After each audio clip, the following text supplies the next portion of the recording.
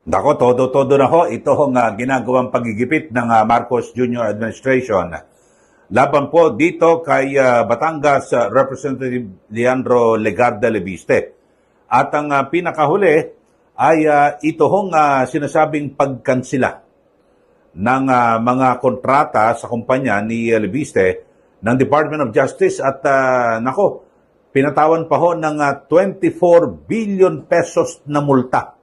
Ang laki ho nito, mga kababayan, no? Sa ilalim daw po ng 30 service contracts sa gobyerno.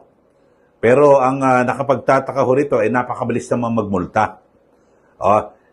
Siyempre, mukhang ang iisipin ho rito, mga kababayan, ito'y isang bahagi na ng pangigipit laban po sa Batang Leviste na ngayon po ay isa po sa mga kritiko at aktibo na nagbubunyag sa mga usapin na may kinalaman sa iskandalo sa flood control.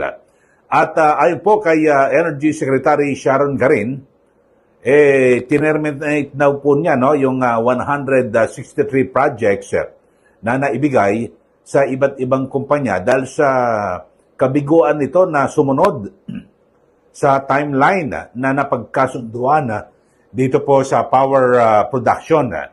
Pero siguro dapat ay linawin ho ni Secretary Garin dito sa mga kontratang ito, kasama ba talaga merong multa? At aabot ba talaga ng 24 billion pesos ang imulta? O baka naman dinagdagan na dahil sa itong si Leviste ay isa po ngayon sa mga kritiko. At sabihin natin, tinik sa lalamunan ng Marcos Jr. Administration at ganyan din po na mga mandarambong sa ating gobyerno. At para po sa kalaman ng ating mga viewers dito po sa ating channel, ay ito pong si Sharon Garin, na Energy Secretary. Ito po ay dating party list, representative. At bago siya na-appoint ni Pangulong Marcos Jr. bilang Energy Secretary. At ito hong si Sharon Garin, yung kanyang kapatid na lalaki na si Richard, yun po yung asawa ni Janet Garin ng kasalukuyang congresswoman. At ito pong si Janet Garin, congresswoman Garin ng Iloilo, bali hipag niya itong si Sharon. Ito ho ay dati pinklawan ho ito . Ang galing ho nito, mga kababayan, kung sino nakaupo. Pinklawan ho ito, tapos siya po ay naging health secretary sa panahon po ng administrasyon ni Noynoy Aquino. Pero siya po ay na-involved dito po sa controversial na yung Dengbaksya. Tatandaan niyo ho ito. Di ba? Talagang napakatindi at marami hong namatay at tinuturo ng mga naturukan ng bakuna ng Dengbaksya ay ito pong kagagawa ni Janet Garin. Tapos, nung pumasok po yung Duterte administration, ang galing ho rito. Nakapwesto rin ho itong si Garin. Magaling ho itong politiko, no? At ngayon naman, sa panahon po ng Marcos Jr. Administration, sila naman. So, ito ho, panoorin ho natin, mga kababayan, ito hong napakabilis at nakakagulat naman na aksyon ng Department of Energy na kung saan ay pinagbumulta kagad ng 24 billion pesos. Pero kung sa bagay, hindi naman sigurado lalabanan naman ho ito ni Congressman Leviste at ng kanyang kumpanya hanggang sa umabot po ito sa korte. Yung estate tax nga lang ho ni Marcos na 203 billion pesos hanggang ngayon hindi pa binabayaran sa gobyerno. Meron na pong final na desisyon dyan ng Supreme Court. Pero ito, balikan ho natin. Panoorin natin ang report at na kung saan ay kinansila yung maraming kontrata dito po sa kumpanya ni Congressman Leviste at naharap po sa multa na 24 billion pesos. Panoorin natin. Pinatawa ng 24 billion pesos na multa ng DOE ang Solar Philippines ni bilyonaryo Congressman Leandro Leviste. Kinansela rin ang higit 11,000 megawatts na kontrata ng kumpanya. Ayon kay DOE Secretary Sharon Garin, nabigo ang solar na tuparin ang mga pangakong proyekto sa renewable energy sa nakalipas na 2 taon. Paulit-ulit din daw silang nagpapadala ng abiso at show cause orders, pati na rin ang mga paalala para i-renew ang performance bonds. Pero wala umanong tugon ang Solar Philippines. Kasama sa ipinapataw na parusa ang performance funds, mga kontraktual na obligasyon at iba pang bayarin tulad ng training and development fund. Yan po, no? Ang report na kung saan ay kinukumpirma ni Secretary Garin na kung saan ay papatawan po ng multa ito pong kumpanya ni Congressman Libiste dahil sa wala ra po, hindi ra po naibigay yung pangako at tinerminate ang kontrata kasi meron pong kasunduan na at least nasa 12,000 megawatts ang ibibigay po ng Solar Philippines dito po sa yung kumpanya ni Congressman Libiste. Pero dito nakakagulat ay biglang nagsabi na tinerminate yung mga kontrata tapos papatawan ng 24 billion matapos po yung naging pahayag ni Ombudsman Boyeng Rimulya. 'Di ba? Galit na galit ho siya rito kay Libiste dahil sa ang sabi niya ay lumabag daw ito sa batas sa franchise dahil sa nakuha na yung franchise diyan po sa Kongreso tapos ibinenta sa Meralco pero lumilitaw ho mga kababayan nakuryente ho itong si Ombudsman Rimulya kaya ito to the rescue ito pong si Energy Secretary Garin ito diniinan ho yung pangigipit kay Libiste, 24 billion ang ipapataw raw ng multa. Pero titingnan natin dahil sigurado ako, ilalaban din ho ito sa korte ng kumpanya ni Congressman Libiste. So, dito ho mga kababayan ay sabi po ng Department of Energy ay magsisampa raw po sila ng kaso laban po sa mga developers na nagawaran nila ng kontrata sa ilalim ng Green Energy Auction. At ngunit bigong punan ang kanilang obligasyon. Ayon. So dito ho, kung maghaharap po sila ng kaso, ang korte ang magsasabi kung magkano ang pwede mong imulta. At gaano ho ba kagrabe yung naging epekto sa taong bayan at sa Department of Energy yung hindi pagsunod sa kontrata o usapan. Kasi baka naman alam nyo, dapat basahin mabuti ang nilalaman ng kontrata para malaman kung meron ho ba talagang nalabag at kung ano ba. Kasi dito mga kababayan, yung panig lang ng Department of Energy ang nababanggit natin. Samantalang ito pong si Congressman Libiste ay tahimik pa at nag-aantay ho siya ng hanggang sa January 26 sa pagbabalik po ng sesyon ng dalawa ng kapulungan ng Kongreso, doon niya raw po sasagutin ang lahat ng mga binabanggit na ito. So, yun ho. Pero itong 24 billion, parang di ba, panggulat ho ito di ba, pang headline. At parang pinalilitaw na talagang grabe po yung naging paglabag at matinding kasalanan ng kumpanya ni Congressman Libiste. Pero dito, alamin natin, at siyempre, maglalabanan ho ito sa kaso. Matagal po ito. Ilalaban ho itong kasong ito. At hindi pwede basta-basta na magbibigay ng multa na 24 billion pesos.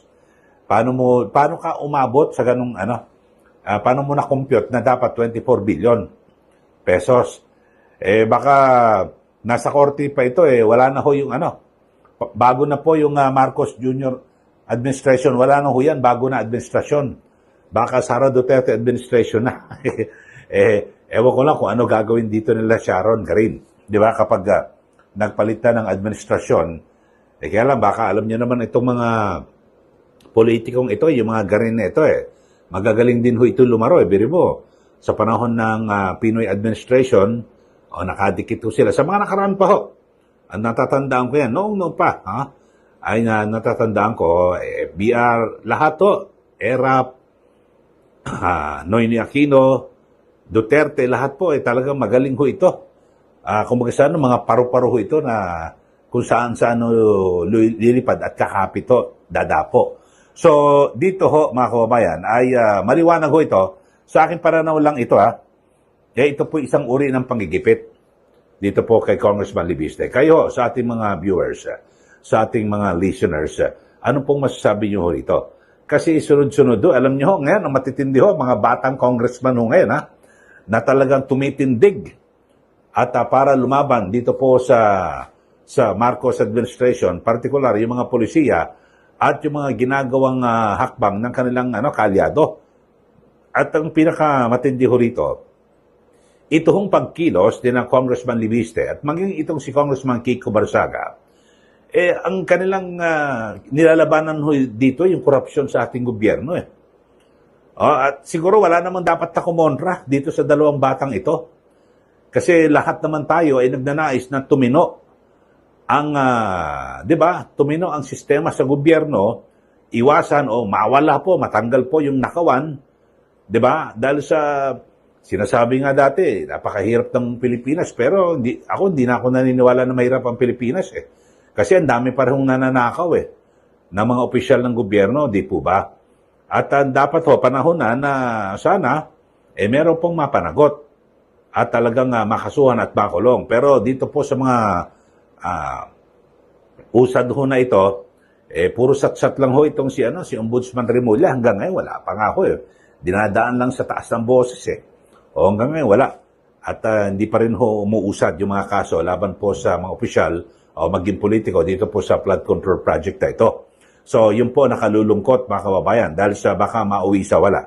Kung sa bagay, malapit-lapit na rin po ang 2028 elections at kapag nagbago po ang ihip na hangin at nagpalit na po ng administrasyon, sana maipatupad ho yung talagang tunay na reforma at mawala na po, maalis na po yung mga magnanakaw dito po sa ating gobyerno. Kasi kakarampot na lang po yung ating budget Di ba? Napupunta pa ho sa ghost project o yung substandard, pinagkakakitaan pa rin ho. At lumilitaw ho dito, base po sa mga aligasyon, kinukonsinti po ito ng mga nakatataas dahil sa wala nga ho napaparusahan. Alam nyo, kung meron lang ho talagang makukulong talagang pag na-demanda na kulong at nahatulan, yung walang labasan ng kulungan, palagay ko may magtatanda. Pero wala ho pag nakasuhan, tapos i-dribble-dribble lang sa korte, tapos pag nagpalit ang administrasyon, tapos na, libre na ho. So paulit-ulit lang ho yung mga nangyayari dito po sa ating gobyerno. Okay, so yun lang ho mga kababayan. At kayo ho, ano po masasabi nyo rito? Magbigay na po kayo ng comment dito po sa ating pinag-uusapan, yung todo-todo ho ngayon, yung pagigipit na ginagawa kay Congressman Libiste. At ito, umiksena na po, ito pong Energy Department, si Energy Secretary Sharon Garin, na gipitin na rin, ito pong si Congressman Libiste. Bagamat sa interview kahapon, narinig ko, kay Secretary Garin, wala raw po siyang rito motibo para gipitin. At itong labanan, ito pong si Libiste, kundi ay sinasabi niya lang daw po yung mga hindi po natupad na usapan sa pagitan po ng gobyerno at ng kumpanya ni Congressman Libiste. Pero yung timing ho Secretary Garin, yung timing mo nang magsalita itong si Ombudsman Boying Remulla tungkol dito sa sinasabing posibleng violation sa prangkisa, tapos kinabukasan ikaw naman. Ano ibig sabihin nito? So nagsanib puwersa kayo para gipitin ito pong si Congressman Libiste. Di po ba? Maliwanag na maliwanag ho ito. Hindi naman ho mga tanga, mga bobo yung ating mga kababayan. So, meron po kayong motibo kung bakit yung inilabas yan. Di po ba? Kailan mo ba nakansila? Sige nga, tanong natin. Kailan ba yan? Dapat noon pa na i-anunsyo mo na yan. Inantay mo pa na magsalita si Ombudsman Boying Remulla. Tapos, nung medyo sabihin natin, hindi ganun katindi yung banat ni Remulla dahil sa wala ho napeke, nakuryente ho siya. Mukhang lumilitaw na walang violation, ikaw na umiksena itong si Secretary Garin. Okay, so yun lang ho. Ulitin natin. Sige, magbigay na po kayo ng comment dito po sa atin. Ano bang tingin nyo rito? Todo-todong pangigipit na ba ito ng Marcos Jr. administration para patahimikin itong si Libiste? Sige, mag-comment at huwag nyo rin pong kalimutan na i-like at i-share ito pong ating channel. At sa mga bago lang po sa ating channel, mag-subscribe na po kayo.